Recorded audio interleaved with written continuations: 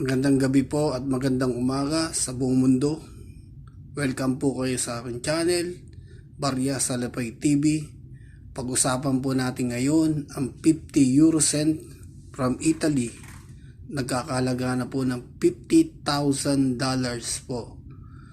Bago natin pag-usapan sa auction na itong 50 cents euro na inadapt nila ang pagka-euro dito sa Italy.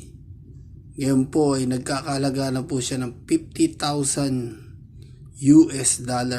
Napakalaking halaga na po. Kung makikita nyo po sa harapan, ito po ang harapan niya, 50 cents. Wala pong pinagkaiba sa mga coin. At sa likod po, ito po ang nakikita natin sa likod.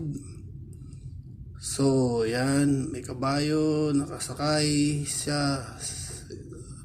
Tas 2002. Yan po. Huwag nyo pong gagastusin yan. Napakamahal na po ngayon sa auction. Nabenta po siya ng $50,000.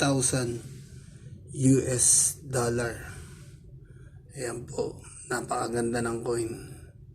Is Nordic Gold. Yan po. At may simbolo po siya ng 1, 2, 3, 4, 5, 6, 7, 8, 9, 10, 11. 1, 2, 3, 4, 5, 6, 7, 8, 9, 10, 11. 11 stars po siya. Ayan po. Napakaganda po niyan. Design niya. Ayan po sa likod. Kaya po, mga kabarya, salapi. Gusto nyo pong ma-update po kung sa ibang mga coin, na mga mahal na coin, mag-subscribe na po kayo sa channel ko. Huwag nyo pong ganyan ng post, subscribe and button, bell, para lagi po kayong update. Yan po, 2002, 50 cents from Italy. Yan po, price niya $50,000 na po sa merkado, sa auction po. Yan po, ang harap niya, napakagandang coin. Sa iba po, yan. Yan po. Huwag nyo pong gastusin to. Napakagandang at na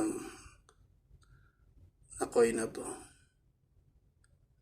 Kung di pa po kayo nakasubscribe, subscribe po kayo sa aking channel, Barya Salapay TV. Maraming salamat po. Keep on hunting. Huntingin nyo po to. Baka nandyan na po sa pulsa nyo. Kaya dyan sa mga barya nyo, halungkatin nyo mga paol.